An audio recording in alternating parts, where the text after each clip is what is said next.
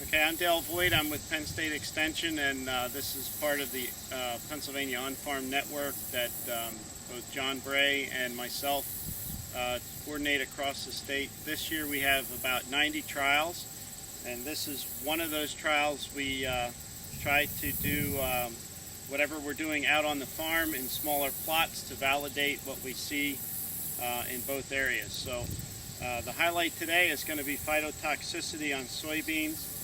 For this on-farm network project, we're looking at some foliar products, and the foliar products that we're looking at this year contain either phosphorus, potash, or mixtures of nitrogen, phosphorus, and potash. For today's session, what we're looking at is some burn on the soybeans. We have several treatments across this field. We have an untreated check, which did not receive any foliar fertilizer. And then we have the components of some different foliar fertilizers that we've added.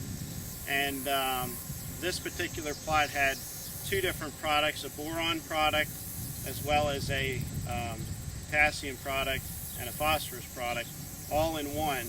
And as we pan through here and look, we can see evidence where the product laid on the leaf and acts sort of like an hourglass, and you get this burning on the leaf.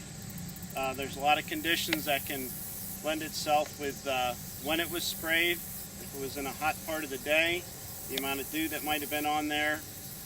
But when you use some foliar products, you would expect to get some burn, as evidenced by this, where the interesting part of it is in the other treatments that we have the components of what happened here. We did not get the burn, such as in this plot where we have nice fresh tissue and everything's seeming to be growing fine. We don't have an idea yet whether this will translate into a yield loss, but we'll go ahead and take these yields and see what happens in the fall.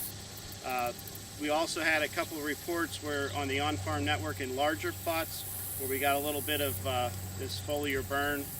So this is one of the expectations if you go to these products that you might expect to get a little bit of burn.